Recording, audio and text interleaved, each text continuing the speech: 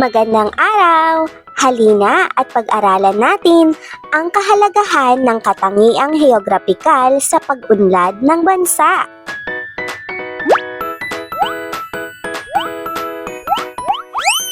Mga Anli Space Kids, handa na ba kayong manghula? Basahin ang clue at hulaan ang tamang sagot.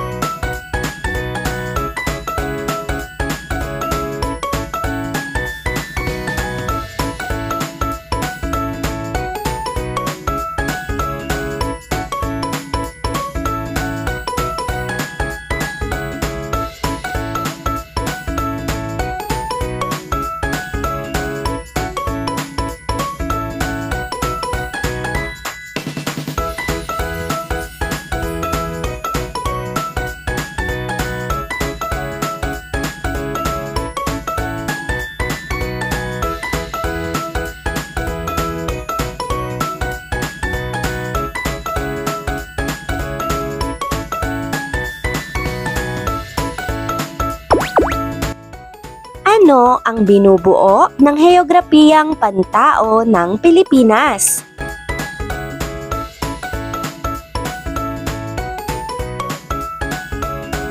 Paano mo maipapaliwanag ang heograpiya ng Pilipinas batay sa mapa nito?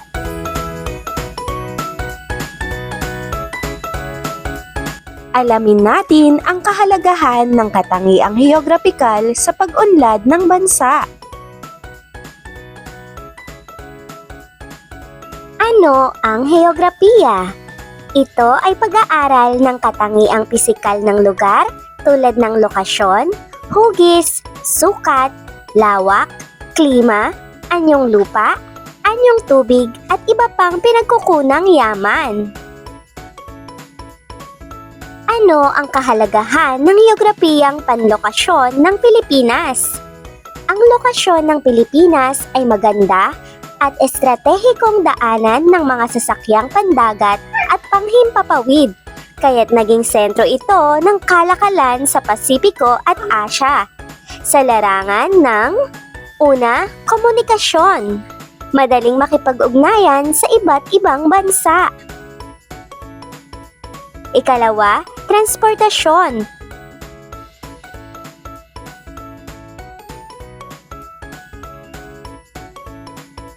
Pangatlo, produktong pangkabuhayan. Mayamang pinagkukunang yaman mula sa dagat at lupa na nakatutulong sa pag-unlad ng ekonomiya ng bansa at ng Timog Silangang Asya. Ang Pilipinas ay angkop para sa tanggulang lakas, panghimpapawid at pandagat. Dahil mula sa bansa, kitang-kita ang Hilagang Asya, Timog Silangang Asya, hanggang Timog Kanlurang Asya o Gitnang Silangan. Ito ang dahilan kung bakit matagal na panahong nanatili ang mga base militar ng Amerika sa bansa gaya ng Clark Air Base sa Pampanga at Subic Naval Base sa Zambales. Noong ikalawang digmaang pandaigdig, may kaugnayan ang lokasyon ng ating bansa sa digmaang ito. Dahil sa alitan ng mga Amerikano at Hapones, sinakop ng mga Hapones ang Pilipinas at ito ay dahil sa paniniwala ng mga Hapones na ang Asya ay para sa mga Asyano.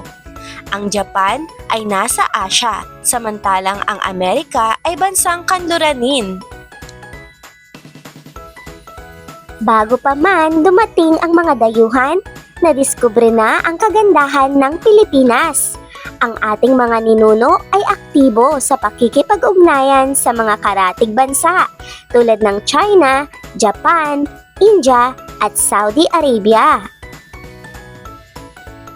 Ang pakikipag-ugnayang ito ang higit na nagpayaman at nagbigay kulay sa ating kultura gaya ng paniniwala, tradisyon, kaugalian at maging ang kasuotan at mga pagdiriwang.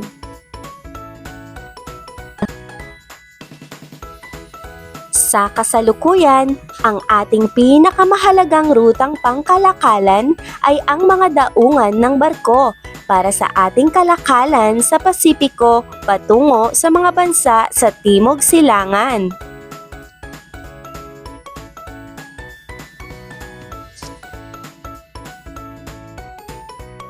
Ang Ninoy Aquino International Airport o NAIA na pandaigdig nating paliparan ay nagiging terminal ng mga sasakyang panghimpapawid na nagmumula pa sa Timog Silangang Asya, Japan, United States, Australia at Europe.